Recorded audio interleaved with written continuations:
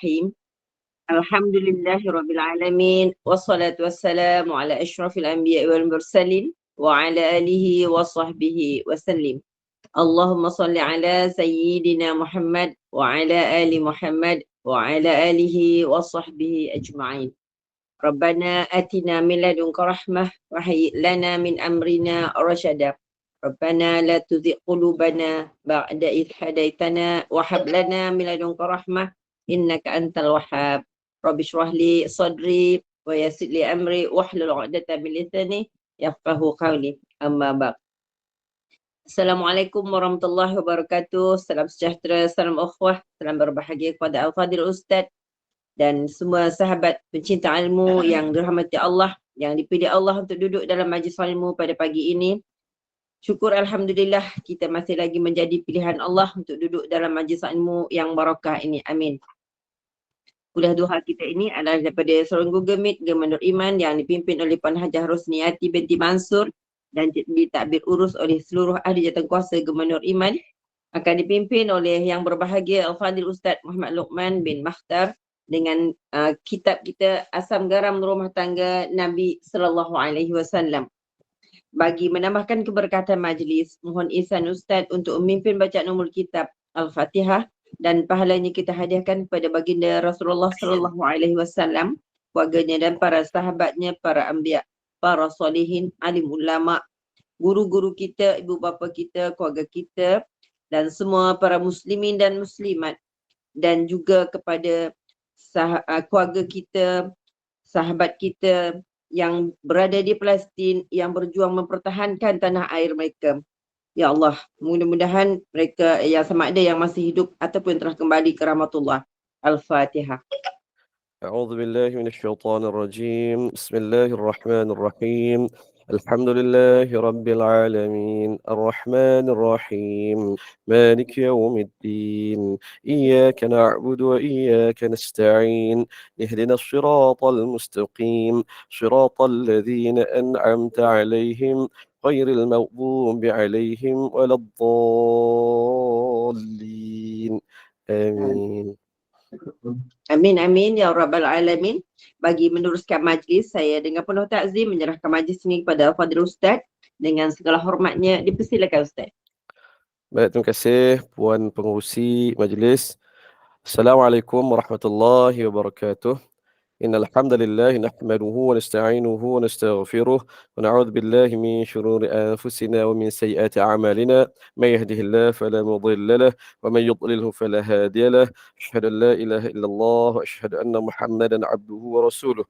Allahumma shalli wa sallim ala sayyidina Muhammad wa ala alihi wa sahbihi wa man tabi'ahum bi ihsanin ila yaumiddin. اللهم علمنا ما ينفعنا وانفعنا بما علمتنا وزدنا علما.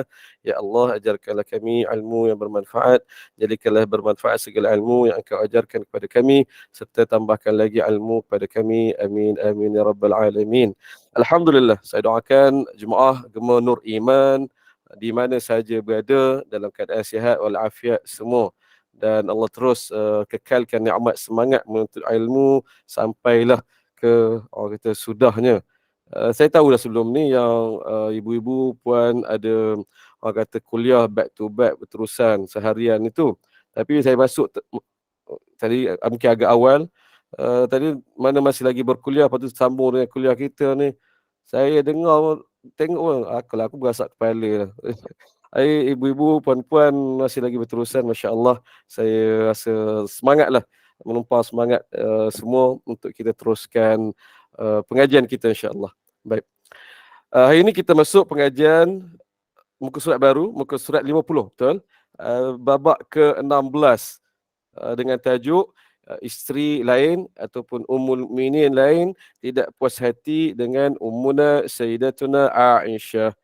Menarik babak yang kita akan baca sama-sama kali ini, dan secara perbandingan agak jarang babak ataupun satu adegan rumah tangga Nabi sallallahu alaihi wasallam yang menghimpunkan hampir semua ummul mukminin, semua watak penting seorang isteri Nabi berhimpun dalam satu babak yang dirakam dalam satu hadis.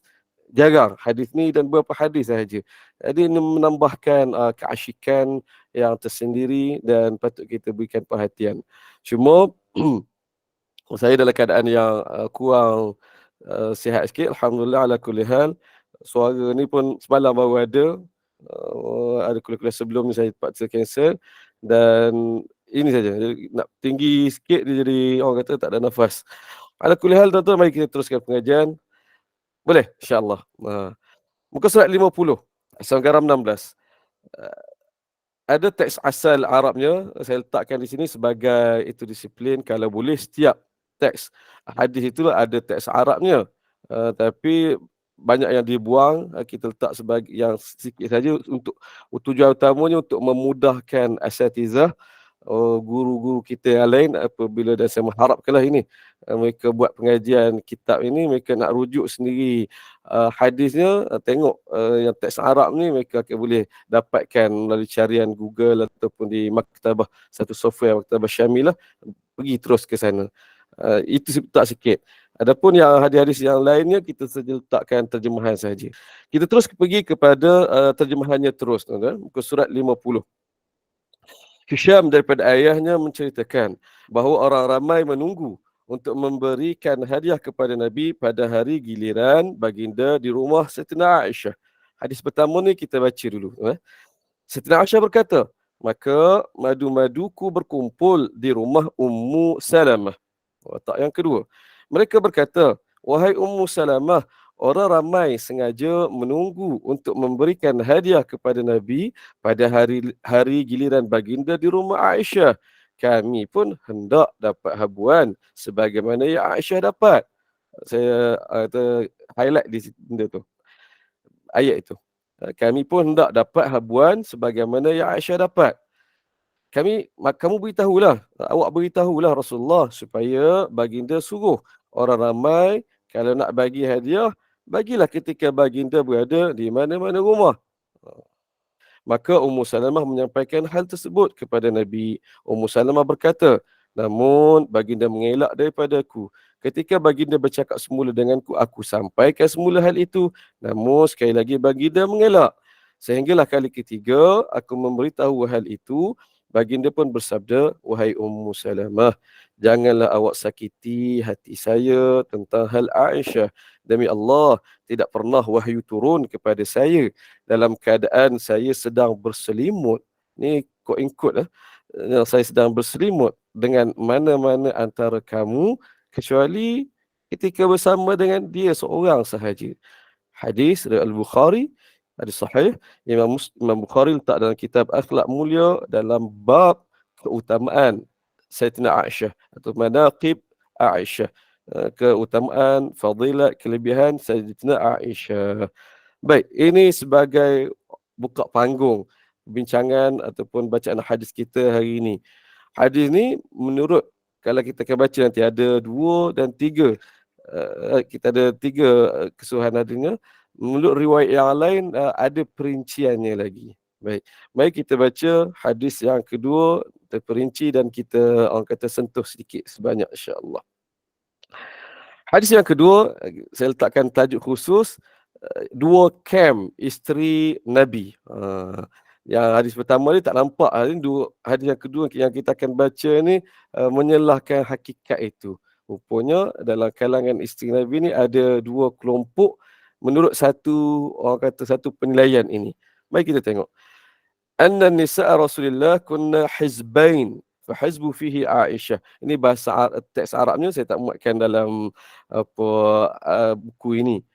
Disebut bahawa nisa Rasulullah iaitu isteri-isteri Nabi kunna hizbain. Mereka ni ada 2 hizb, 2 parti. Hizbullah atau parti Allah, hizbus syayatin, parti syaitan, hizb kumpulan, puak. Fahizbun fihi Aisyah. Satu kumpulan, satu parti, satu pihak ni ada Sayyidina Aisyah. Satu pihak lain tidak ada Sayyidina Aisyah, mana tidak bersama Sayyidina Aisyah. Jadi penentu dia pada Sayyidina Aisyah. Mari kita baca terjemahan terus. Sayyidina Aisyah menceritakan bahawa isteri-isteri Rasulullah terpecah kepada 2 kem. Kem pertama terdiri daripada Sayyidina Aisyah, Hafsah, Safiyah dan Saudah. Kita dah dah lalu sepintas tentang mereka ni. Hari ni kita ulang kaji sedikit sebanyak tentang mereka nanti insya-Allah. Ini camp yang pertama. Ada siapa? Sayyidatina Aisyah, Sayyidatina Hafsah, Sayyidatina Safiyah dan Sayyidatina Saudah. Penting untuk kita tahu ni. Baik. Sementara camp yang kedua, Ummu Salamah dan isteri Nabi yang lain. Siapa isteri Nabi yang lain? Ni kalau kita buat teka-teki kan. Siapa isteri Nabi yang lain? Mungkin kita tak ingat. Ni rujuk buku kita yang kedua. Asam garam 2 ni di bahagian orang kata belik kulit tu, bahagian dalam tu ada fakta angka Ummul Mukminin.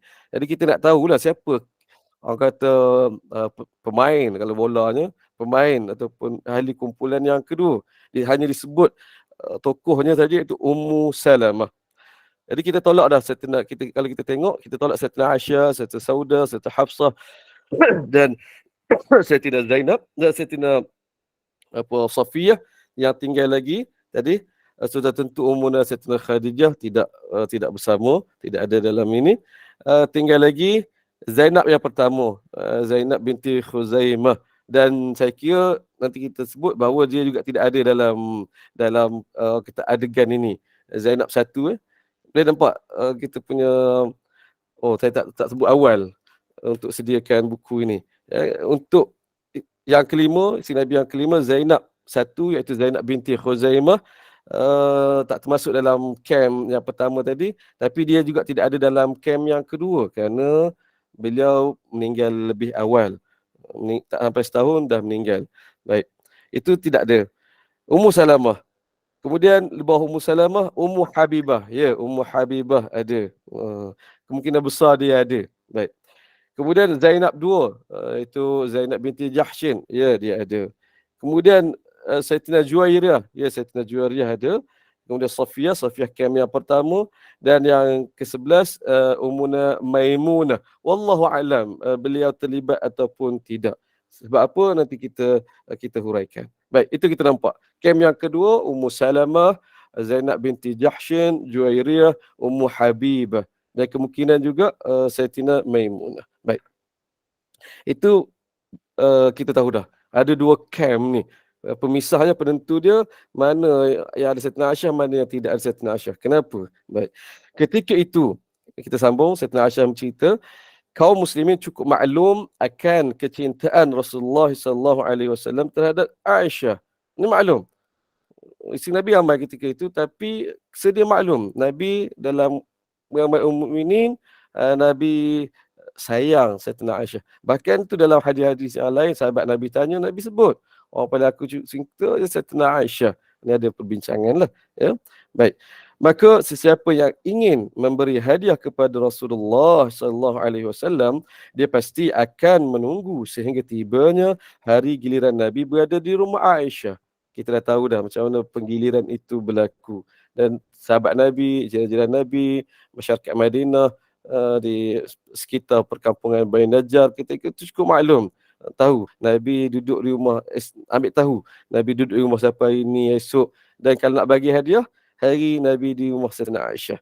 Kemudian orang tu pun menyampaikan hadiah kepada Nabi di situ.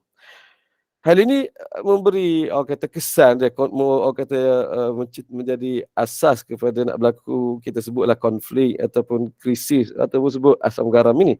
Maka para isteri dalam kem Ummu Salamah bersembang tentang hal ini. Mereka berkata kepadanya, awak cakaplah kepada Rasulullah supaya Nabi bagi tahu orang ramai, isytiharkan kepada orang ramai. Kalau nak beri hadiah, berilah di mana-mana saja rumah saya berada.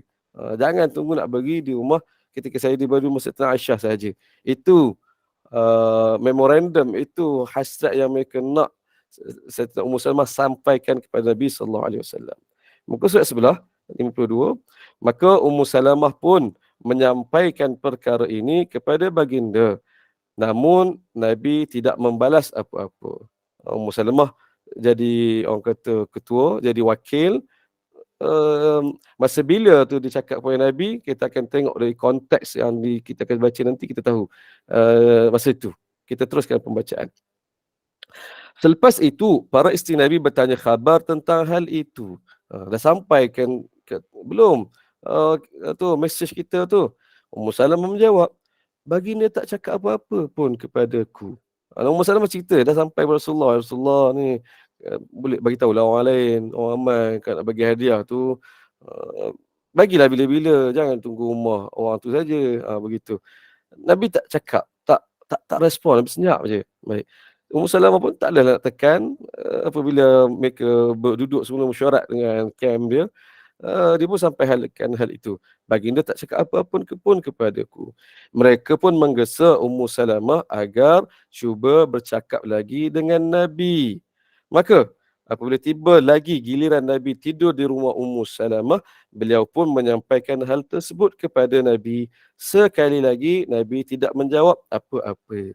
Jadi kita tahu daripada konteks ini, kita tahu masa bila yang Ummu Salamah ajukan mesej penting itu, iaitu ketika hari Nabi duduk di rumah dia.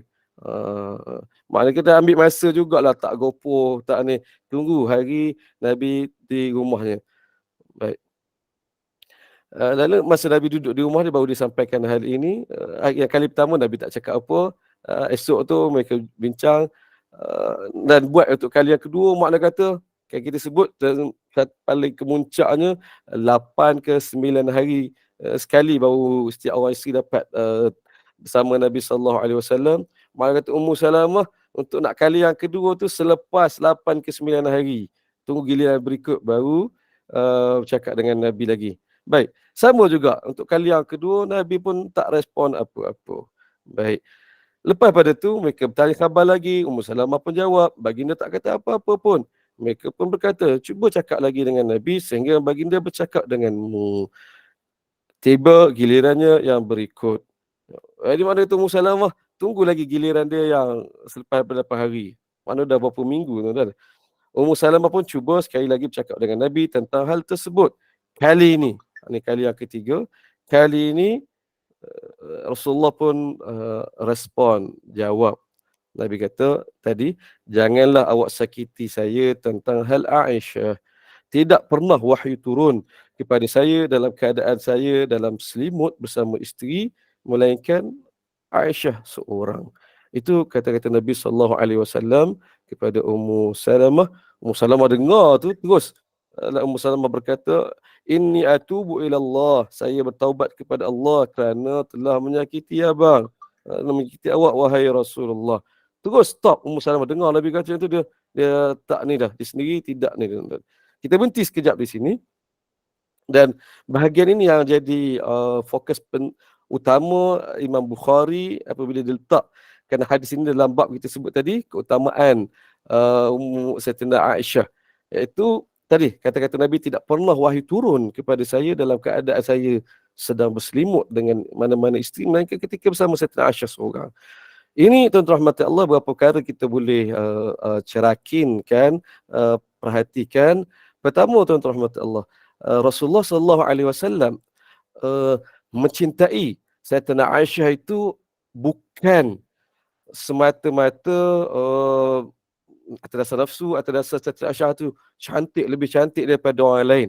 Tadi kita tahu dalam hadis yang lain, sahabat Nabi tanya siapa orang yang paling Rasulullah cinta. Nabi tahu, Nabi beritahu Sayyidatina Aisyah. Dan memang maklum, orang Islam memang maklum ketika bahawa Nabi memang sayang lebih Sayyidatina Aisyah. Soalannya kenapa Nabi sayang lebih pada Sayyidatina Aisyah itu? Itu kita kena jelaskan supaya tidak berlaku salah faham. Dan kita sebut berkali-kali bahawa isu rumah tangga ini menjadi ruang, orang kata menjadi modal yang besar bagi musuh Islam, orientalis dan orang lain untuk nak burukkan Nabi SAW. Tengok Nabi, ramai isteri tengok, nampak dia ada favoritism, lebihkan isteri sekian. Kenapa tu? Boleh mentang-mentang lah Sayyidatina Aisyah tu dia paling muda, paling bergetah, paling cantik.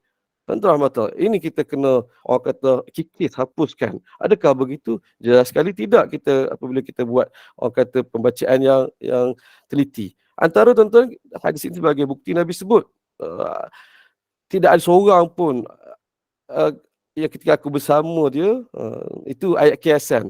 Ketika aku berselimut dengan isteri, maksud kata sedang bersama, sedang tidur ke, cara kiasannya kita faham, ada syarah ulama sebut itu ketika sedang bersama. tu boleh turun wahyu, melainkan berlaku ketika bersama Sayyidatina Aisyah. Wahyu ialah simbolik ilmu, dan wahyu itu sumber ilmu bagi yang menjadi dasar kepada agama kita. Ilmu satu benda, satu orang kata satu benda yang mulia, dan ini memberi isyarat. Nabi pun fikir, insya-Allah boleh ketika bersama Sayyidatina Aisyah pun boleh turun wahyu. Ni istimewa ni. Nabi perhati tidak pernah tak pula berlaku ketika bersama isteri Nabi, isteri yang lain. Jadi itu isyarat bahawa Sayyidatina Aisyah ni ada kelebihan dia. Memang sudah tentu pun. Kemudian lagi apabila Nabi pergi, Sayyidatina Aisyah menjadi tonggak ilmu. Berapa banyak hadis yang dia sampaikan, berapa banyak perihal tentang Rasulullah beliau sampaikan. Umat Islam kita pada hari ini hingga akhir zaman uh, tidak berterima kasih terhutang budi dengan Ummu Sayyidatina Aisyah. Jadi kita sebagai ahli sunnah wal jamaah ni, kalau kita mendekati Nabi sallallahu alaihi wasallam, kisah Nabi sallallahu alaihi wasallam, kehidupan Nabi, kita akan timbul rasa sayang. Sebagaimana Nabi sayang lebih Sayyidatina Aisyah, kita pun akan rasa Sayyidatina Aisyah ni special, kesayang lebih. Jadi kita akan pelik apabila, sebab itu kita sebut kecintaan itu dia bukannya emosi semata-mata. Kalau kita nak banding cinta kita, emosional kita kepada Nabi, kepada ahli bait Nabi, kita ni ahli sunnah, banding dengan Syiah, kalah kan? Kalah. Mereka ni kalau ada hauzah mereka buat kasidah tu menangis-nangis, nampak ya Allah sangat sayang. Tapi apabila sebut Sayyidatina Aisyah, benci. Emosi lain. Benci, marah, kafirkan ini. Lain tu. Beza antara cinta yang muncul, yang bermuarakan dengan ilmu yang sebenarnya, banding cinta yang sekadar dimomokkan, orang kata bukan dimomokkan, dibina dengan penipuan. Lain dasar dia. Cinta-cinta dia tidak melihat kepada orang kata lupa luaran.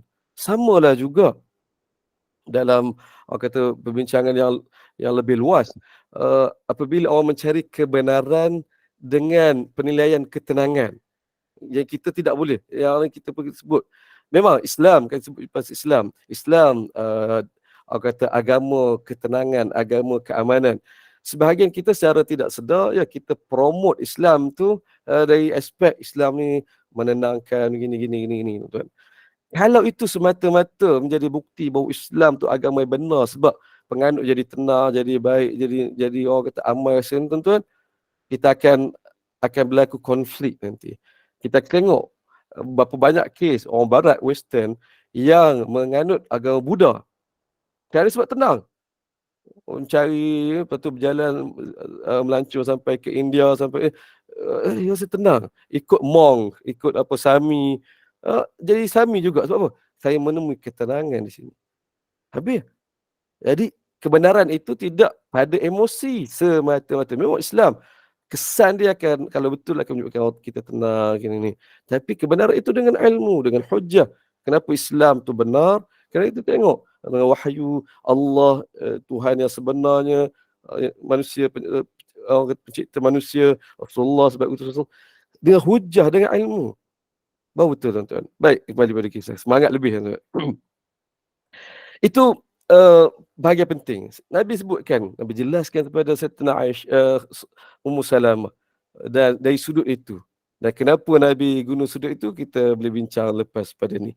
Baik, kita baca sekali lagi.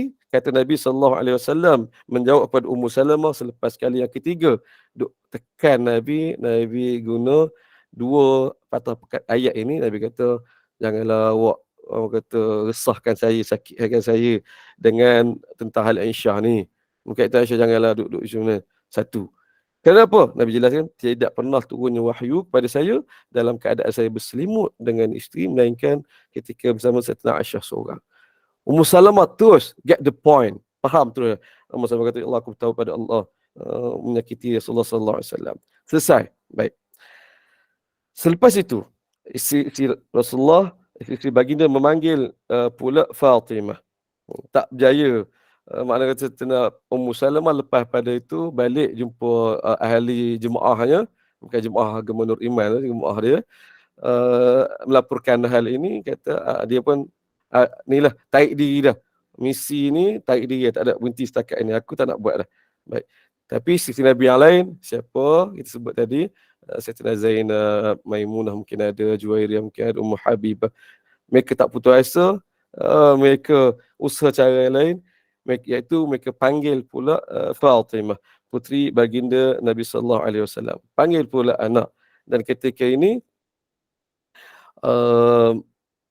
baik, ketika ini boleh kita katakan bahawa satu-satunya anak Nabi yang masih hidup ialah Sayyidina Fatimah. Baik. Untuk apa? Untuk meminta beliau berkata kepada Rasulullah. Mesej dia berubah sikit, poin dia sama. Iaitu untuk Sayyidina Fatimah sampaikan kepada Rasulullah, ayat dia, isteri-isteri ayah menuntut demi Allah supaya ayah berlaku adil berkaitan anak perempuan Abu Bakar. Diolah sedikit. Isteri-isteri ayah menuntut demi Allah supaya ayah berlaku adil. Ayat sebelum tidak ada. Sayyidina Ummu Salamah tak sebut begitu. Abang kena adil. Tak, sebagai tadi je. Ni diolah sikit. Awak cakap kat ayah awak nanti macam tu. Supaya berlaku adil berkaitan anak perempuan Abu Bakar, iaitu Sayyidina Aisyah. Maka Fatimah pun menyampaikannya. Baik, kita berhenti dulu setakat ini di sini. Saya baru teringat untuk nak bagi faham satu perkara, iaitu apabila kita membaca hadis-hadis yang berkaitan dengan peristiwa ini, ini saya punya cara orang kata meneroka sirah secara yang usul kita seboleh mungkin, kita nak tahu bila peristiwa ini berlaku dalam timeline garis masa kehidupan Nabi itu. Ni kita tahu di Madinah, era Nabi di Madinah, dari umur Nabi 53 sampai umur Nabi 63 tu, tahun pertama hijrah, kedua hijrah, tiga hijrah sampai ke tahun 11 hijrah. Tahun bila peristiwa ini berlaku? Sekitar bila? Di mana berlaku? Ini konteks.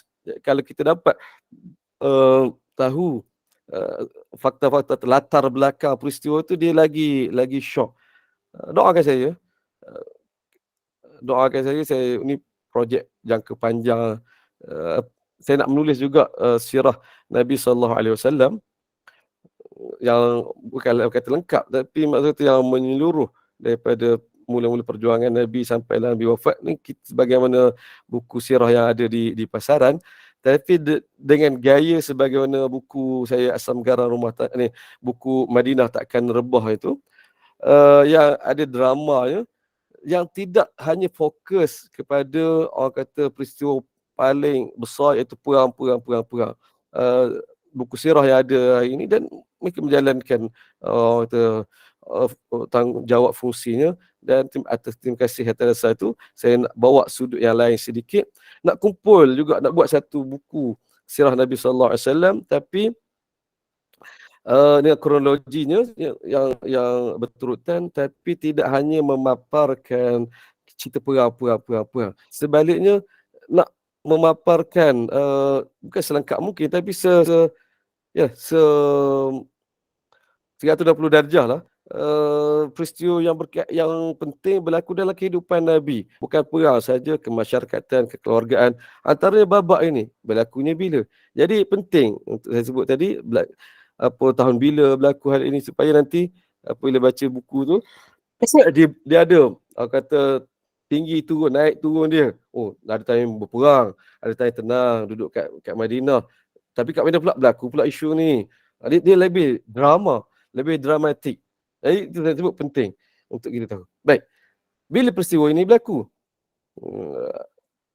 Dengan isyarat yang kita dapat daripada riwayat yang kita baca ini, cukup saya kata peristiwa ini berlaku paling kurang pun pada tahun ke-7 Hijrah, ataupun selepas pada itu, tahun ke-7 Hijrah. Kenapa? Kerana kita tengok dari riwayat sebut awal-awal tadi, kata Sayyidina Aisyah ada 2 camp, kami ni ada 2 camp. Satu camp saya, Hafsah, Safiyah dan Saudah. Okay.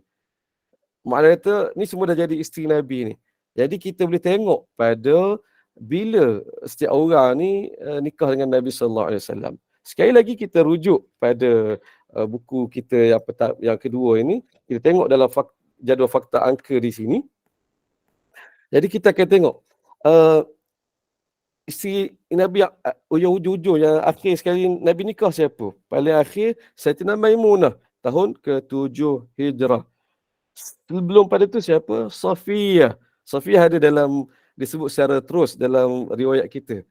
Bila tahun ke-7 Hijrah. Kita tahu bahawa Sayyidatina Safiyah Nabi nikah selepas perang Khaybar. Perang Khaybar, penguncak tahun ke-7 Hijrah. Jadi kita kata paling ujung akhir sekali kita Safiyah lah.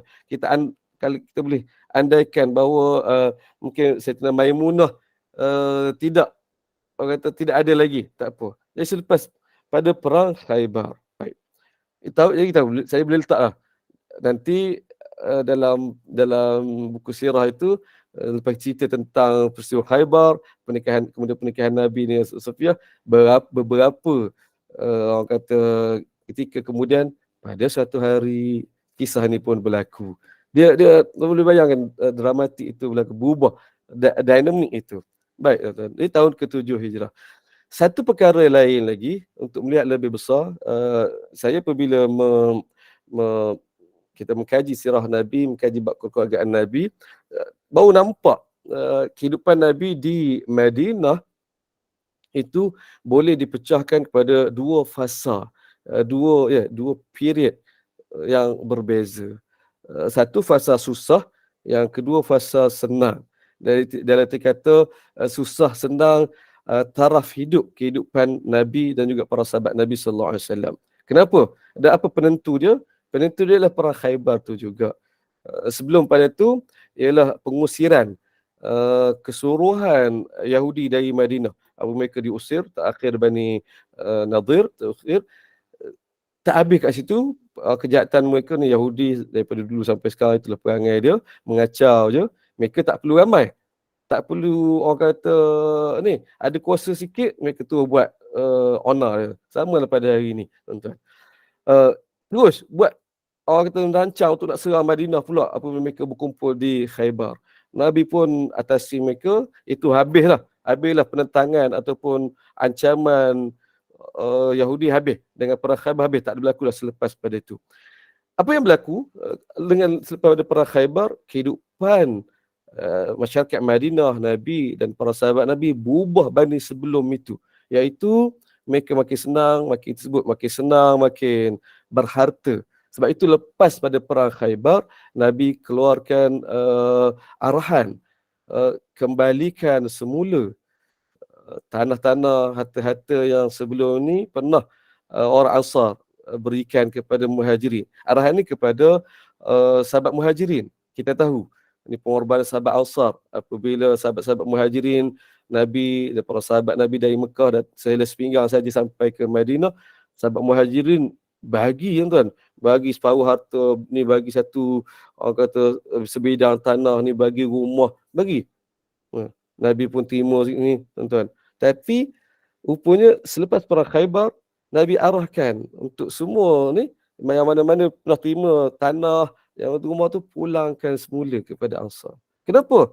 Kerana sahabat-sahabat Nabi Muhajirin ini lepas pada kita buat Khaybar dan sebelum tu pengusiran ketiga-tiga kabilah Yahudi di Madinah, Nabi kata mengambil hak milik tanah dan aset hartanah orang Yahudi, Nabi berikan, bahagi-bahagikan kepada paling banyak kepada sahabat-sahabat Muhajirin. Sebelum mereka tidak ada tanah, ni kau ambil tanah dulu, tanah orang Yahudi, ambil.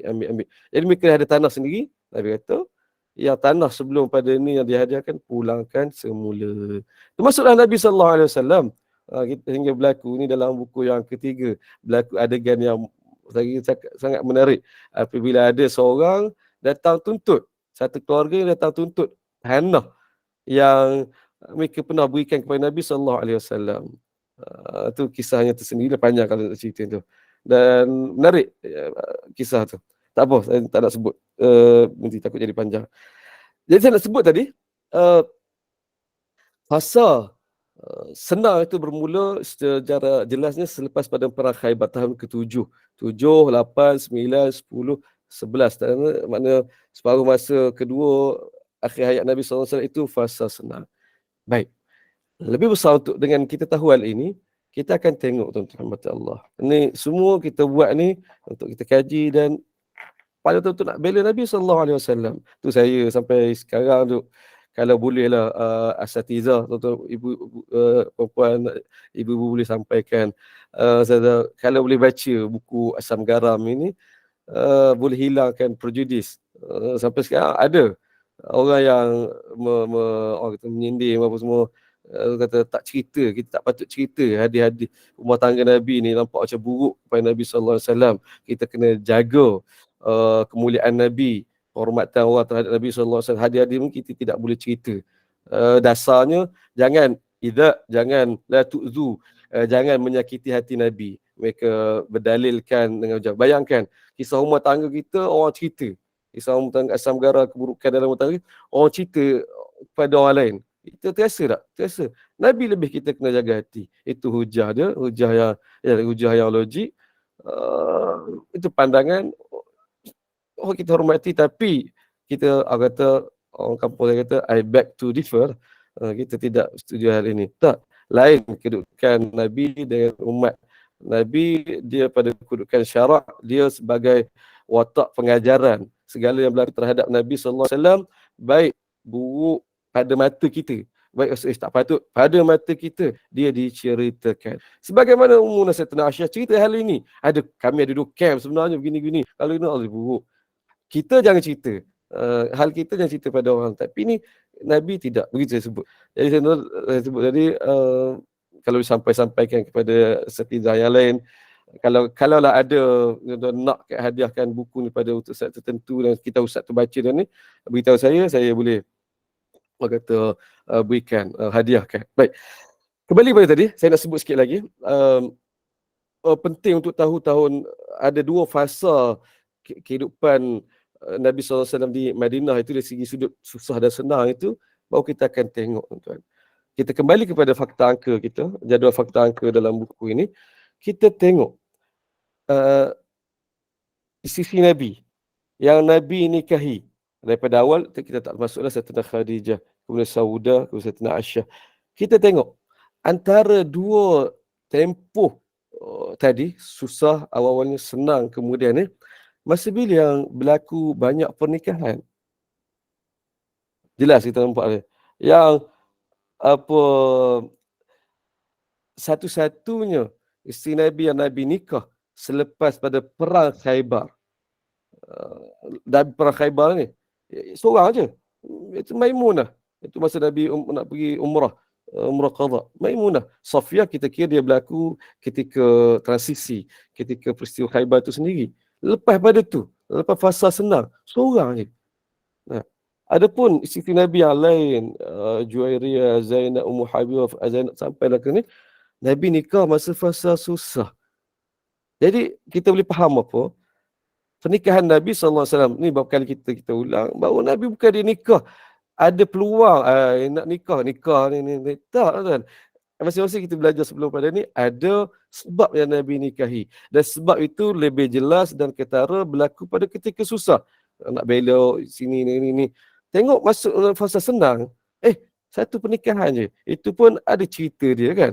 Satu pernikahan dia. Kalau kita kira masa senang itulah. Kalau nak nikah dan kebanyakan. Ni bukan kita kata tak patut. Tapi realiti begitu. Pada hari ni orang kelab suami, kelab saya lah.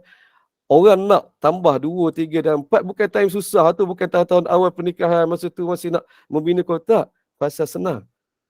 Dah dapat projek tu, dah naik grade ni, time tu jadi orang kata panjang langkah, tambah 2, tambah 3. Kita kata bukan salah, tapi realitinya begitu. Tapi tak sama dengan Nabi SAW. Jadi penting untuk kita faham secara umum. Maaf, saya berhenti setakat ni.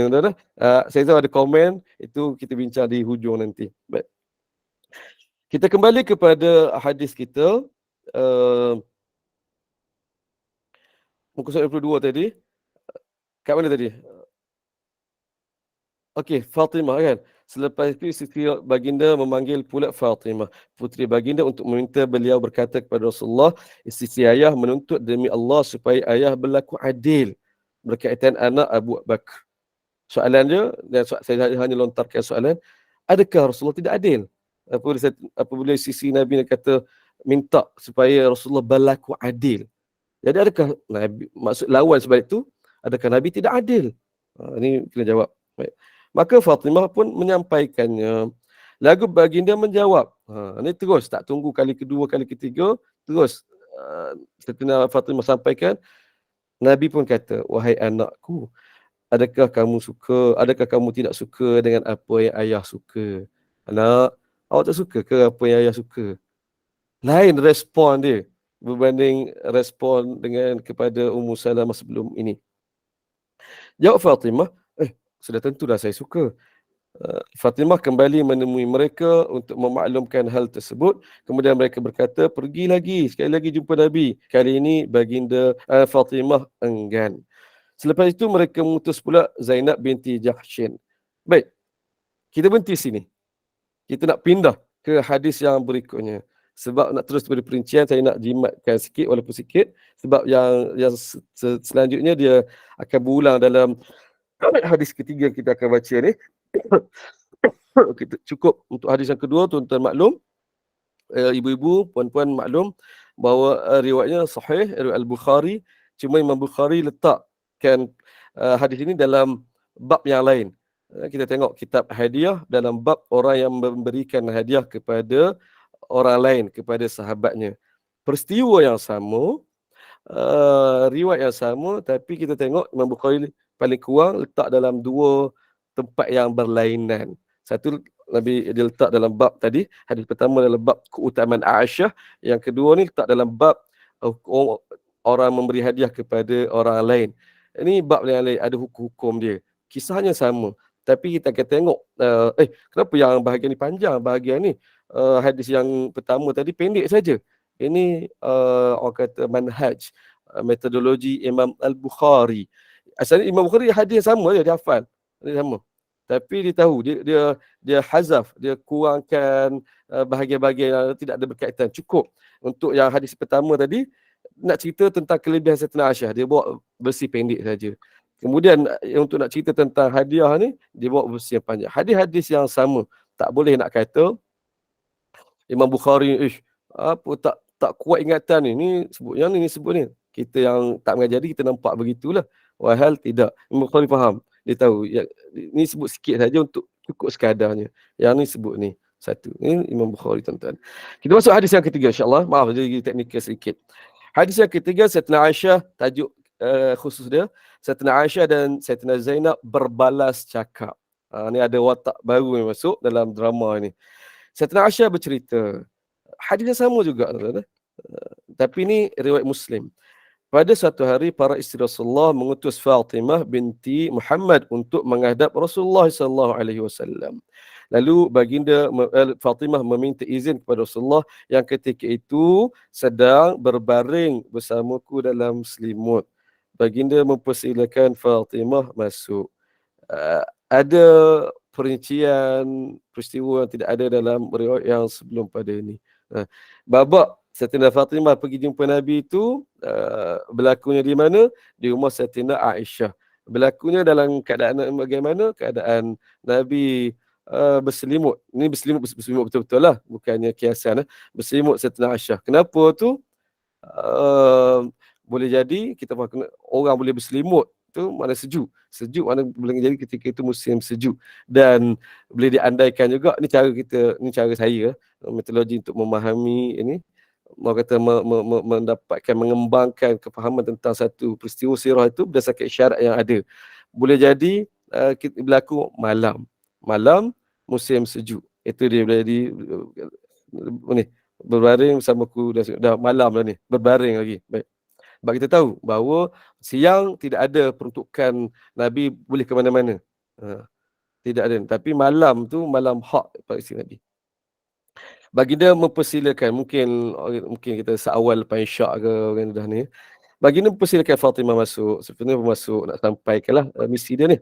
Fatimah berkata, wahai Rasulullah, ayah. Ini ayat perawi dia sebut, wahai Rasulullah, para isteri ayah mengutus saya untuk meminta supaya ayah adil dalam soal anak perempuan Abu Quhafah. Abu Quhafah siapa? Ni nama datuk. Nama datuk Saidatina Aisyah. Ya, Saidatina Aisyah binti Abu Bakar. Abu Bakar bin Abu Quhafah. Itu cara orang Arab. Riwayat tadi sebut bint Abu Bakar. Anak Abu Bakar. Ni anak perempuan Abu Quhafah. Cucu lah. Ni. Saidatina Aisyah. Dia ada sekali. Aku pun terdiam. Hai, ngati aku ni. Kemudian Rasulullah menjawab, wahai putriku, tidakkah kamu suka apa yang ayah suka? Ini sama dengan riwayat kita baca tadi. Fatimah menjawab, sudah tentu. Maka Rasulullah pun kata, kalau macam tu, awak kena suka lah orang ni. Merujuk kepada Saidatina Aisyah. Riwayat sabda Nabi tidak ada dalam riwayat pertama, riwayat sebelum pada ni. Tapi ada dalam riwayat ini. Ini penting. Kita belajar sirah, belajar kita kumpulkan riwayat selengkap mungkin berkaitan tu, baru kita nampak keseluruhannya. Kalau macam tu, awak kena sukalah pada orang ni. Pada Saidatina Aisyah. Setelah mendengar jawapan Rasulullah, Fatimah terus beredar dan pergi menemui semua para isteri Rasulullah. Beliau memberitahu apa yang dia sudah katakan dan apa yang dikatakan Rasulullah kepadanya. Para isteri Rasulullah pun berkata, nampaknya kamu ni tak membantu kami lagi. Pergi beritahu Rasulullah sekali lagi. Saya kira isteri Nabi ada ketika ini tidak termasuk Ummu Salamah. Ummu Salamah dia dah orang kata learn the lesson dah. Dia dah kena dah tadi, dia terus tak terlibat dah ni. Ni baki si Nabi yang ada lah. Siapa? Orang kata Zainab binti Jahshin, Ummu Habibah, Juwairiyah, dan mungkin kita sebut Maimunah. Yang ni yang masih ada. Mereka tak, adakah mereka ni? Mereka tak faham lagi keadaan tu. Ummu Salamah dah faham dah. Mereka kata, pergilah beritahu Nabi sekali lagi. Tapi Fatimah terus berjawab, demi Allah, saya tak akan bercakap dengan ayah soal dia lagi sampai bila-bila. Ni akhlak seharusnya akhlak seorang anak tiri lah ni. Ibu nak minta tolong, boleh ibu. Nak beritahu ayah tentang itu boleh. Tapi bukan kalau kaitan dengan mak seorang lagi, Saidatina Aisyah, itu saya tak nak. Dia bukan tak nak tolong. Tapi sebab itu tadi. Kalau sisi lain tak apa. Saya takkan cakap lagi dengan ayah kalau tu soal dia. Iaitu soal Saidatina Aisyah. Baik. Jadi, Saidatina Fatimah pun habis cerita kat situ. Kemudian, para isteri Nabi, para isteri Rasulullah, dah tak berjaya wakil ni. Mereka nak teruskan lagi hasrat. Siapa? Mengutus Zainab binti Jahshin pula. Ini watak berikutnya. Yang akan jadi, jangan orang kata, escalate. Yang krisis tu jadi lagi parah. Bahasa kita lah ya. Apabila diutuskan Zainab binti Jahshin. Kita tengok tuan-tuan. Apa kata-kata Saidatina Aisyah terhadap Saidatina Zainab ni. Setelah Saidatina Aisyah cerita. Nabi para isteri Rasulullah utus Zainab pula. Kata Saidatina Aisyah. Saya highlight dalam di situ.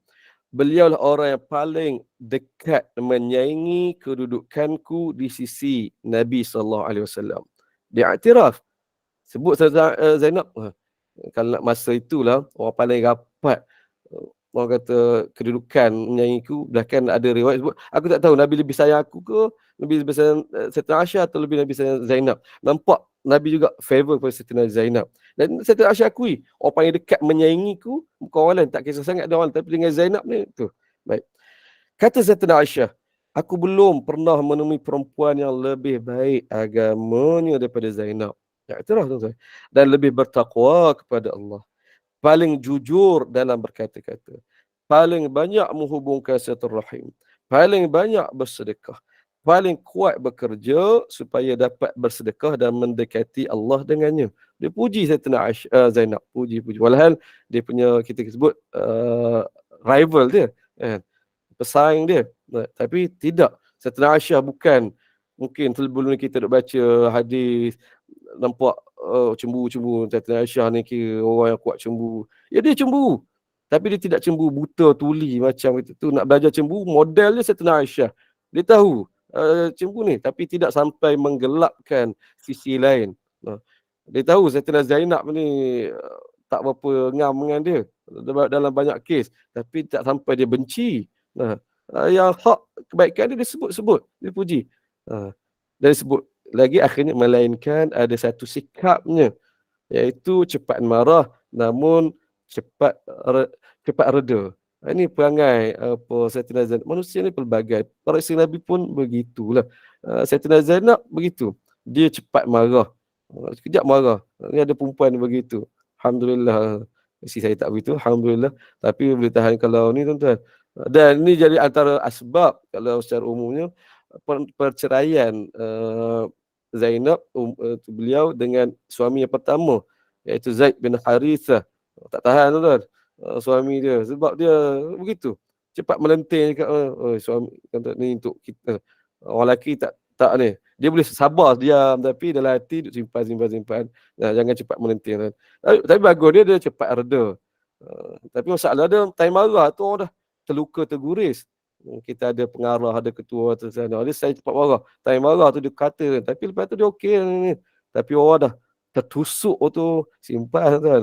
Jadi kita ubahlah. Saya pun ada penyakit orang kata baran ni, kita ubah baiki. Ambil masa lah. Itu perangai Sayyidatina Zainab dan Sayyidatina Aisyah sebut dua-dua hal ini. Baik. Berikutnya, kata Sayyidatina Aisyah, Zainab kemudiannya dah didapat tugasan ni, dia memohon izin untuk bertemu Rasulullah. Ketika itu, Rasulullah sedang bersama Aisyah dalam selimut. Beliau sebagaimana keadaan ketika Fatimah datang. Maksudnya apa? Peristiwa ini berlaku sejurus. Mana pada malam yang sama. Lepas Fatimah pergi tadi, cerita tak nak. Malam tu juga, tak ada tunggu hari lain. Ummu Salamah banding dengan sebelum ni, Ummu Salamah dia lebih halus. Dia tak orang kata tergasan terus pergi tak. Dia tunggu hari Nabi bersama di rumah dia. Zainab dapat misi ni. Okey, malam tu dia. Ni dia. Rasulullah lalu mengizinkan Zainab masuk bertemu.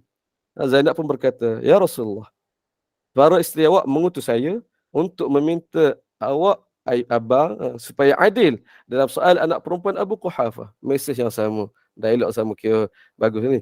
Tuan-tuan, isu adil sangat penting. Kita baca dulu. Itu kata Ummu Zainab. Isteri awak mengutus saya untuk minta abang supaya adil, berlaku adil dalam soal anak perempuan Abu Quhafah. Kenapa ni disebut adil ni? Kita jelaskan kemudian. Kemudian bukan setakat itu. Kata Sayyidatina Aisyah, lepas dia cakap macam tu, beliau pun sampai terus bercakap lagi sampai mengataku. Tak tahu, tak sebut apa ayat dia. Dia cakap bukan sekadar minta macam tu. Sayyidatina Fatimah sebelum ni sekadar sebut je gini. Sayyidatina Aisyah, Sayyidatina Zainab dia nak kuatkan hujah dia lagi, dia mengata sampai mengutuk, sampai merendahkan Sayyidatina Aisyah lah. Beliau pun sampai mengataku dan terus mengata diriku. Sayyidatina Aisyah duduk dalam selimut tengok dia yang tak usah kena. Sayyidatina Aisyah kata, aku memerhatikan saja Rasulullah. Aku tengok Rasulullah, apa respon Rasulullah ni. Dan aku perhatikan mata baginda. Tengok untuk mengetahui sama ada baginda mengizinkan aku untuk membalas. Tengok abang ni lama tak balas. Kata abang bagi, kalau aku geram nak cakap ni macam mana. Tengok. Kata Sayyidatina Aisyah, Zainab terus menerus mengata diriku sehingga aku yakin bahawa Rasulullah tak marah kalau aku balas. Tengok. Ini tuan-tuan boleh faham lah pasangan masing-masing. Daripada riak wajah apa pasangan kita dah boleh baca apa yang tak kena, apa yang ni. Baik kita suami tengok isteri atau isteri tengok suami, kita dah hidup beberapa tahun, kita boleh tahu ni ada masalah lah ni. Ni tengok lah. Begitu juga Sayyidatina Aisyah tengok boleh jadi tak marah ni. Baik. Selepas itu dah dia yakin kalau aku cakap Rasul tak marah. Ni akhlak Sayyidatina Aisyah. Dia tak ada tuan-tuan boleh bayang ada orang ya, dan ini biasa digambarkan dalam drama, kalau ada madu, ada suami, dua isteri tamu duduk bergaduh depan suami, tak tunggu dah, seorang serang tu terus balas. Tengok suami dia, tengok je dia acara jadi pengadil. Kata Aisyah tidak begitu. Walaupun kita tahu sebelum ni dia kita kuat cemburu apa semua ni. Ada masa dia, tapi memang dia sangat cerdik. Orang duk kata kat dia ni, dia tengok sayang Rasulullah, kalau kira dia panas kita, terus balas lah. Tapi dia tengok, Rasul bagi tak ni, panas ni. Tunggu dia, insyaAllah Sayyidatina Aisyah. Selepas itu, aku pula mengata tentangnya. Aku terus menyerangnya. Memang sebut istilah tak apa istilah Arab dia. Aku terus menyerang dia sehingga aku berjaya mengatasinya. Dah kawan tu bala, dia pun jawab balik. Umur mereka berapa? Umur Sayyidina Zainab, kalau dia nikah dengan Nabi ketika umur dia 35 pada tahun 5 Hijrah, mana umur dia ketika itu 37 tahun. Ni Sayyidina Zainab. Sayyidina Aisyah umur dia berapa? Umur dia 9 tahun pada tahun pertama Hijrah, masuk tahun 7 Hijrah. Umur dia 9 tambah 7, umur sekitar 16 tahun. Orang perempuan dewasa umur 37 lawan cakap dengan ataupun remaja umur 17 tahun lawan cakap dengan orang umur 37. Aku terus menyerangnya sehingga aku berjaya mengatasinya. Kemudian sambil tersenyum, Rasulullah pun bersabda, sungguh dia anak perempuan Abu Bakar. Hadis riwayat Muslim. Hadis ini Imam Muslim letak dalam kitab Keutamaan Sahabah dalam bab fadilah ataupun manaqib Aisyah, keutamaan Sayyidina Aisyah. Baik, habis cerita dia. Ada beberapa persoalan. Saya sebut dulu, kemudian saya buka soal jawab. Kalau ni boleh ikut lagi tuan-tuan, ibu-ibu sekalian. Pertama, kita sebut tadi, kenapa Ummahatul Mukminin yang lain guna hujah ataupun trigger perkataan adil, supaya ayah berlaku adil. Kalau kita faham secara lawan dia, makna Rasul tak adil ke? Tidak ke Rasulullah tu? Tak. Tidak, tuan-tuan. Pertama, bab adil ini sangat sensitif. Rasulullah sendiri sangat sensitif. Pertama, kita sebagai beriman adalah mustahil, sifat yang mustahil. Ini berakidah kan. Ini kita sebut secara kajian, cara ni mustahil Rasulullah zalim. Mustahil Rasulullah tidak berlaku adil. Itu sifat yang mustahil bagi Nabi SAW. Bahkan Nabi sebut, kalau aku tak adil, siapa lagi nak adil? Itu adil, benda yang kata wajib bagi Nabi SAW. Ada peristiwa, beberapa peristiwa kita tahu, pernah Nabi dituhmah, i'dil ya Muhammad fa innaka la ta'dil. Muhammad, bersikap adil lah, kau tak adil. Marah Nabi. Kalau aku tak adil, tak ada orang lain yang adil. Ini masa pembahagian harta. Ya, adil, tomahan. Nabi tidak adil itu satu yang orang kata berat, dan itu dicantar daripada awal, tuan-tuan. Baik. Rasulullah misalnya. Dan tu kenapa isteri Nabi berkata supaya ni, adakah isteri Nabi menganggap Nabi tidak adil? Tak. Tapi ni helah mereka lah. Sebelah tahu isu adil Nabi sangat sensitif. Dan kita tengok reaksi Nabi SAW. Nabi tidak react kepada tomahan, kepada ayat berlaku adil tu. Nabi tak marah sebagaimana dalam peristiwa yang lain. Kata Kaabah tak adil. Kalau kita lah. Tak. Tapi Nabi tahu ni sebab yang lain. Sebagaimana kalau kita ingat riwayat yang pertama tadi yang saya highlight, apa sebenarnya kehendak isteri Nabi yang lain, kita tengok tadi, kami pun hendak dapat habuan sebagaimana Aisyah dapat. Itu je hasad sebenarnya. Orang bagi hadiah, Aisyah merasa kejap hantar pisang untuk bagi kita lah. Hantar ni. Kami tak rasa, kami nak juga. Begitu. Itu sebenarnya. Dan bukan Nabi yang di luar kontrol kawalan Nabi. Orang nak bagi hadiah. Orang nak bagi hadiah, ikutlah. Baik. Jadi sebenarnya bukan isu isteri Nabi menganggap Nabi tidak adil. Tidak berlaku. Tak. Tapi helah lah kita kata. Helah mereka untuk mengenai perkataan adil. Kerana adil itu isu yang sangat penting. Nabi akan beri perhatian. Tapi Nabi buat tak kisah je dalam hal ini. Sebab itu Nabi tahu bukan tidak ada kaitan. Isteri Nabi tidak menganggap Nabi tidak adil. Cuma tadi digunakan sebagai helah. Baik. Soalan. Dah tu kenapa Nabi, saya ingat kita kata permintaan tu ringkas, mudah saja. Minta Rasulullah hanya minta untuk beritahu orang ramai, kata nak bagi hadiah, jangan tunggu hari satu spesifik hari dan masa ni. Tapi bebas beri mana-mana. Mudah aja. Tapi Rasulullah tidak orang penuhi hal itu. Ini ulama bincang. Saya soalan ni bukannya saya fikir sendiri ni. Tapi maaf saya. Soal. Kat mana tadi? Batuk kita. Kat mana tadi kita? Tentang isu kenapa nak pilih hari tu untuk bagi hadiah, Ustaz. Ya. tu bagi hadiah ni, saya sedikit Tentang hadis confused Ustaz. pada permulaan tu. Dia kenapa? Sekarang ni cemburunya disebabkan nak memberi hadiah tu kena tunggu hari penggiliran Aisyah. Saya tak faham yang tu, yang mula-mula tu. Allah. Jauh kita bincang yang tu Saya nak tanya tadi tapi tak nak mencelah Ustaz tengah huraikan. Tak apa, kena tak boleh sebab dia Sekarang ni cemburu mereka tu asbab daripada sebab daripada amalan jiran-jiran sahabat-sahabat ketika itu, mereka nak bagi hadiah kat Nabi hanya ketika Nabi duduk di rumah Sayyidatina Aisyah sahaja. Oh, yang tu yang datangkan cemburu tu. Kenapa kat rumah-rumah dia orang lain tak datang bagi hadiah macam tu? Betul. Okey, baik. Betul-betul apa yang saya faham. Terima kasih Ustaz. Teruskan. Baik. Itu cerita dia. Baik. Yang soalan rentetan yang saya bangkitkan, kenapa Nabi tak buat je apa yang diminta oleh isteri Nabi, kan? Tengok, okey, tak apalah. Sebagai nak ni, abang beritahu. Semudah itu. Baik, kat sini ulama jelaskan. Kat sini yang ada dalam hadis yang kedua kita baca, yang Imam Bukhari letak dalam kitab hadiah, bab orang memberikan hadiah kepada sahabatnya, lalu dikupas. Para ulama bincang. Tindakan Nabi ni dia tidak ada tindakan yang kita kata tidak terancang, yang tidak begitu, tak. Tapi dia ada hikmah dia. Nabi buat sebab apa, Nabi tak buat sebab apa. Semua boleh ni. Ulama kaji dia ulama rumuskan, iaitu di segi akhlak. Seorang atau pihak yang menerima hadiah tidak patut, tidak kena dengan akhlak yang mulia apabila dia melimitkan, dia orang kata menetapkan begini. Itu akhlak yang Nabi nak ajar dalam bab beri hadiah. Sebab itu Imam Bukhari letak dalam bab bincang dalam bab orang yang memberi hadiah kepada sahabatnya. Itu ada dua pihak.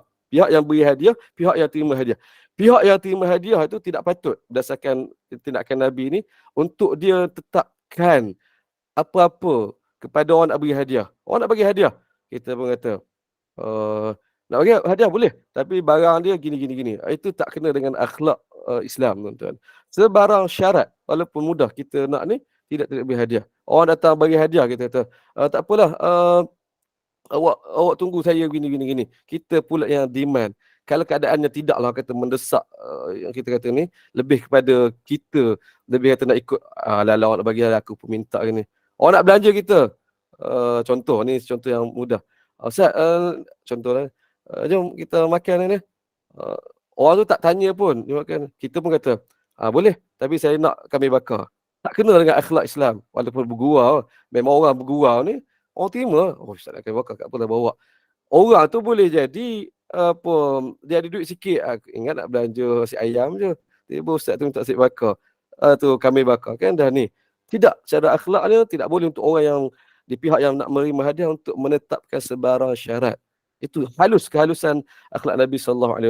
Jadi permintaan itu kita nampak macam lekeh, tapi Nabi tak boleh. Orang nak bagi hadiah ikutlah, nak bagi bila. Begitu. Itu sebab dia. Ulama jelaskan hal ini, bukan daripada saya, tuan-tuan. Baik. Yang kedua, yang terakhir sebelum saya berhenti, pukul berapa tuan? Saya tengok jadual ni. Tak tengok jam. Kita ada masa dah, 9.30 dah. Nak 9.20 dah. Di akhir sekali, Nabi kata, setelah tengok Sayyidatina Aisyah lawan cakap, balas cakap apa Sayyidatina Zainab, sampaikan dia, orang kata Zainab tak katalah, menanglah Sayyidatina Aisyah. Nabi senyum, Nabi kata, sungguh ni betul lah anak Abu Bakar. Apa maksud dia? Betul lah ini anak Abu Bakar. Apa maksud dia, tuan-tuan? Ini juga dihuraikan. Abu Bakar pun jenis orang yang pandai bercakap. Pandai cakap, Ustaz. Hujah-hujahnya jelas. Ya. Tapi macam nak tahu Ustaz dia cakap apa? Yang tu tak ada. Saya cuba cari maklumat. Macam nak tahu, Aisyah tak cakap ke apa yang dia cakapkan pada Zainab sehingga Zainab terdiam. Macam nak tahu yang dia cakapkan sampai Zainab pun ternganga. Betul. Saya pun duk cari macam mana, apa tak ada. Tak sakat yang duk cari masa tu lah. Tak jumpa riwayat apa balas. Maksudnya adalah Aisyah beritahu aku cakap cerni sehingga Zainab pun terdiam. Sedap sikit kita dengar kan. Betul lah. Dan saya tidak, dah sebelum tu sudah tentulah kita tahu juga apa yang Zainab cakap dulu, kan? Baru kita nampak balas dia tu macam mana. Juga tidak kita maklum. Ustaz, kalau berjalan dengan sirah ayah pada Sayyidatina Aisyah, kan, so kita tahu Abu Bakar ni orang yang bercakap dengan hujah fakta yang betul, tepat, dia tegas, dia sharp, walaupun kita tahu peribadi dia lembut. So saya ambil pendekatan di semua cerita ni. Saya rasa Aisyah menjelaskan keadaan yang Ustaz kata tadi lah, ulama dah jelaskan kenapa Rasulullah tak ambil pot pun. Masalah orang nak bagi hadiah ni, kita kena terbuka lah. Rasanya Aisyah menegakkan benda tu lah kot. Mungkin. Tak tahu. Wallahualam, boleh je. Tak, tapi kata macam benda yang kata macam geram nak tahu. Saya ulang kali baca ni, cari mana dia punya skrip. Tak ada. Tak ada skrip. Satu lagi Ustaz, orang nak bagi hadiah, kita kan boleh atur kan, kita boleh paksa. Orang tu nak pergi rumah tak apa. Itulah Kita kan akhlak. Dia macam jealous tu. Masalah dia. Jadi kita tahu dah, kita boleh huraikan. Sebab soalan tu timbul. Alah, simple je permintaan dan patutlah kalau nak buat benda tu pun. Tapi kenapa Nabi tak buat? Persoalan kenapa Nabi tak buat tu yang kita kaji dan para ulama dah kaji lah. Saya tambah sedikit untuk nak memahami kata-kata Nabi SAW. Sungguh dia ni anak perempuan Abu Bakar, memahami dari sudut orang kata perangai, potensi, cara Sayyidina Aisyah tu jawab bijak macam Abu Bakar ni. Ini sebelum pada orang kata ni, pada saya sendiri nampak lebih terselah apabila buat tulis buku Madinah Takkan Rebah itu. Ada baca ni, kalau ada tuan-tuan saya syorkan baca, bukan sebab saya tulis. Kalau orang lain tulis tapi ditulis macam ni, saya suruh baca tuan-tuan. Daripada masa saya buat buku ini, baru nampak Sayyidina Abu Bakar ni orang macam mana. Sebab secara pengajian sirah biasa, kepribadian Sayyidina Abu Bakar ni tenggelam. Dan memang dia tu, yalah, watak yang orang kata yang low profile. Walhal dia seorang yang sangat, orang kata sangat berkaliber. Saya membayangkan begini, Sayyidina Abu Bakar ni dia adalah bayang-bayang Nabi. Nabi kita bayang dia macam tu. Fasah ni gini-gini, orang kata sangat yang pengurusan teratur apa gini. Nabi hebat kalibernya. Sayyidina Abu Bakar juga begitu. Cuma pada masa Nabi yang menjadi rasul, Nabi orang ke depan, Sayyidina Abu Bakar mengambil orang kata tindakan untuk duduk di belakang. Sebagainya orang tak nampak kaliber dia sebab Nabi SAW.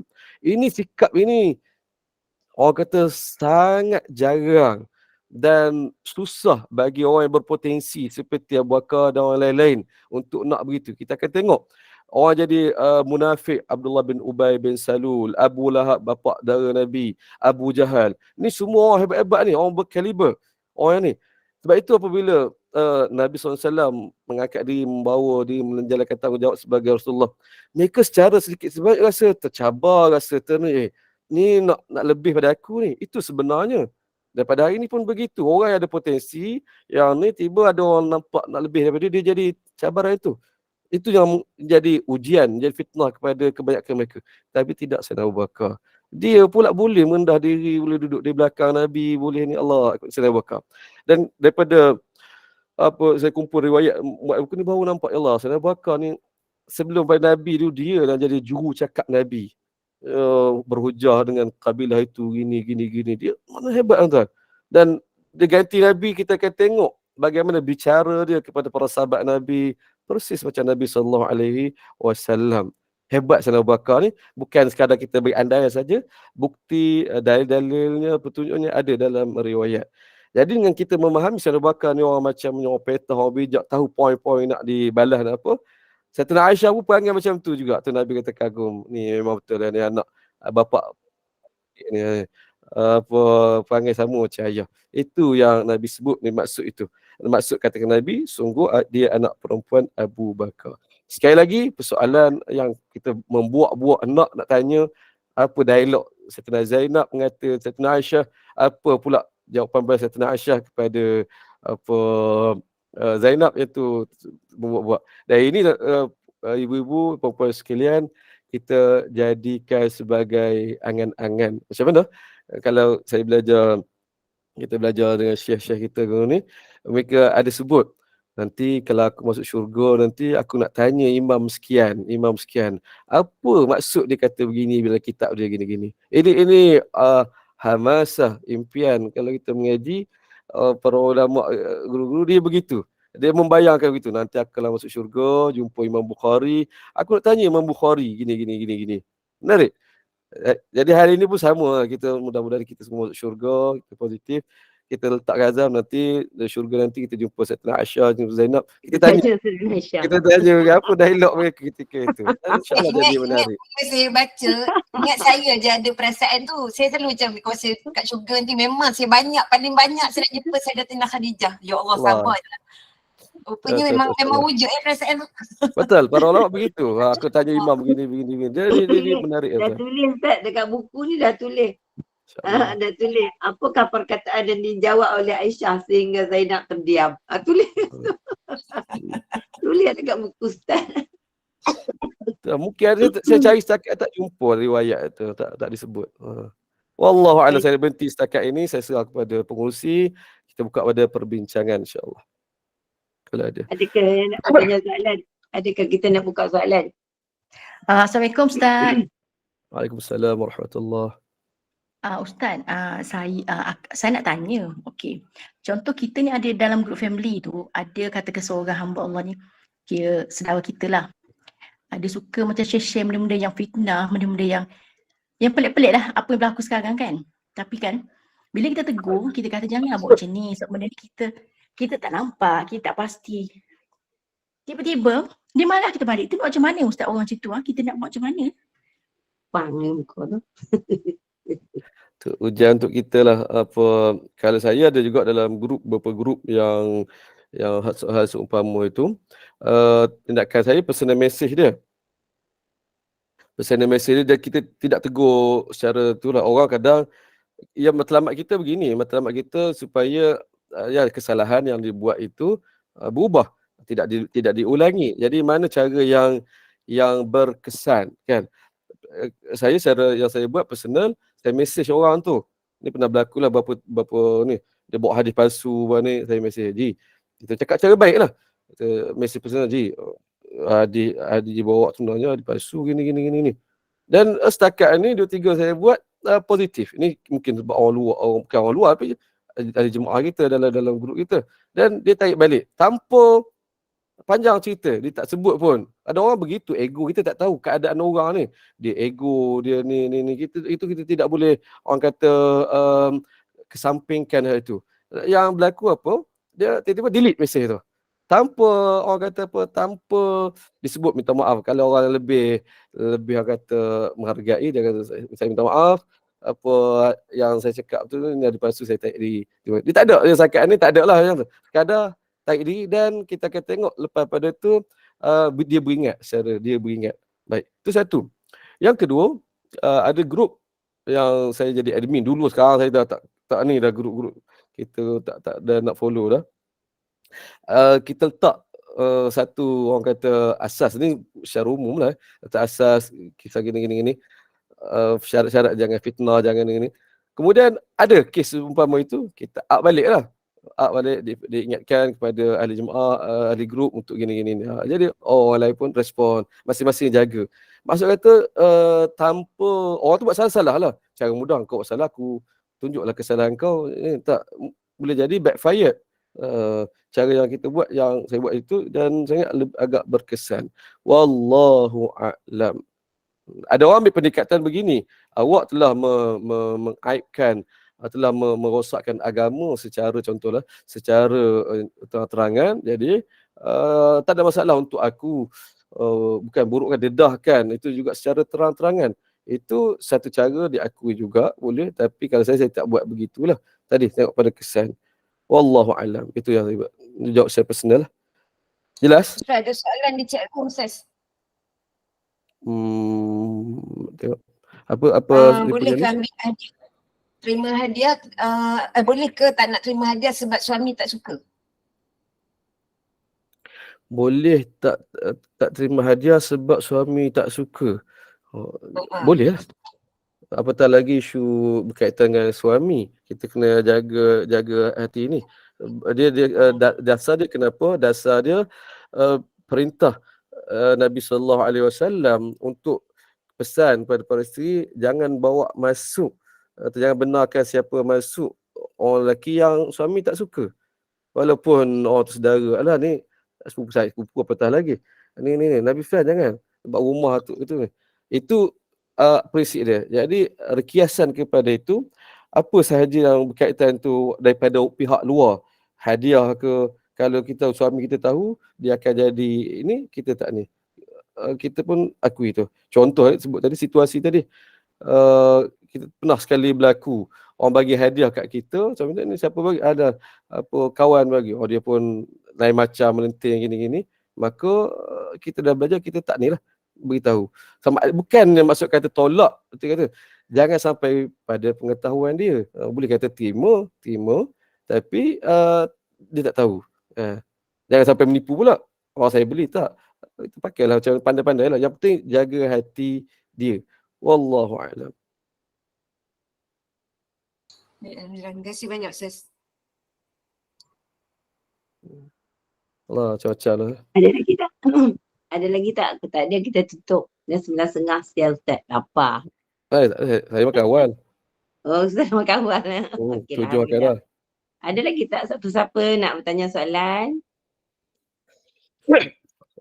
Kita dah tanya tadi kan Ina kan? Ustaz tak tahu nak jawab dah. Yang mana?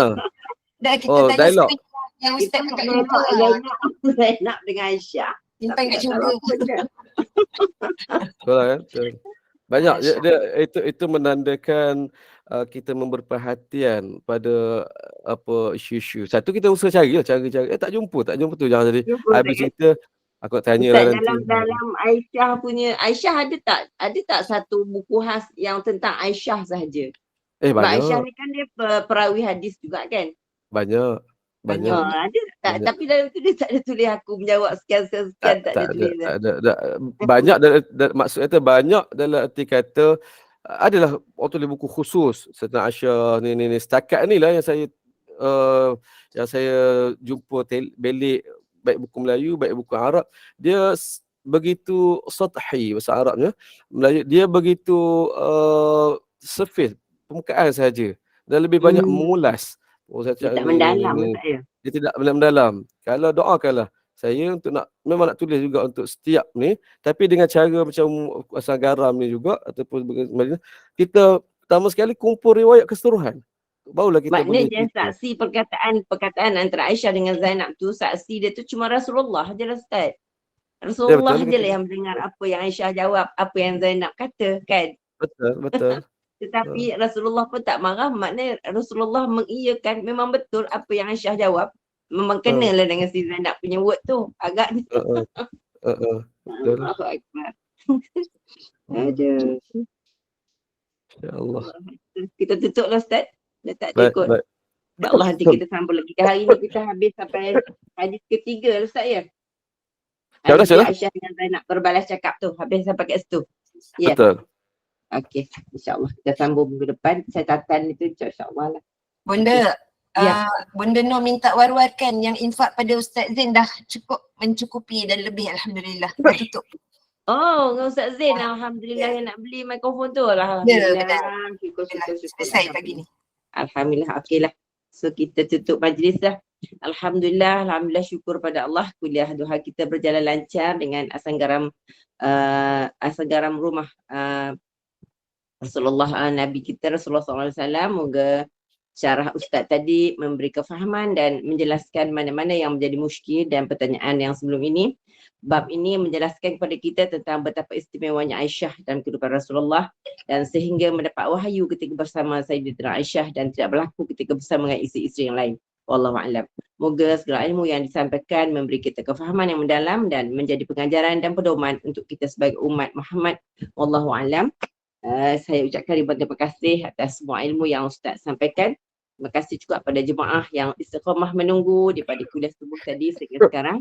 InsyaAllah, Alhamdulillah, saya mewakili Gubernur Iman. Mohon maaf anda ada sebang kekurangan dalam majlis kita ini. Sekalian baik itu daripada Allah dan guru itu adalah daripada kekurangan kami sendiri.